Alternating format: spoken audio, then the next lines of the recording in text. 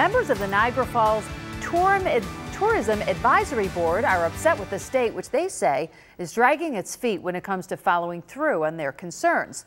They're holding a meeting right now to voice their frustrations, and Channel 2's Dave McKinley is there live as we continue to hold people in power accountable. Well, usually, guys, the meetings of the Tourism Advisory Board are small enough to be accommodated right here in this small room at City Hall. However, so many local interests were concerned about what's happening that they moved it over here to council chambers of City Hall to accommodate those concerns.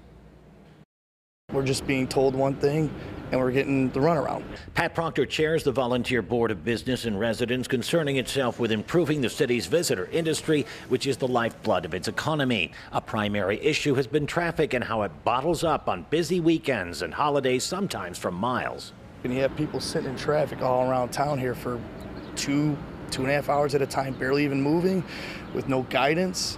And if they're not getting to their destination, they're already getting a bad taste in their mouth once they're here. They thought they hit on a solution to help alleviate that. Buses filled with tourists would be forbidden from taking this last leg of the parkway into the state park. Instead, they'd be diverted over here on a wider street near the Turtle, where passengers would be dropped off and the buses would then wait in less crowded parts of the city. There is right now a small sign you can see as you approach the parkway directing the buses to turn, but in order to be effective, they feel there needs to be more cooperation from the state, with perhaps the DOT erecting a large digital sign or having members of the state parks police help direct traffic. This isn't considered a small problem. Jason Zona represents this area of Niagara Falls on the Niagara County Legislature.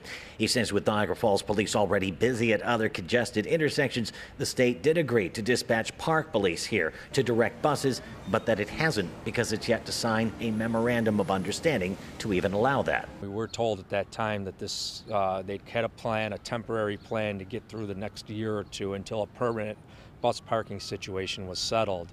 So it was a surprise to us to hear that it had not been settled yet. And the businesses downtown are upset about it. I mean, they're up in arms about this. Well, what's your next step then as a legislator? Well, the next step is we have to meet with the state and get this rectified. Well, we reached out to Sam Hoyt, the governor's representative here in Western New York, and we asked him what's being done to alleviate this situation.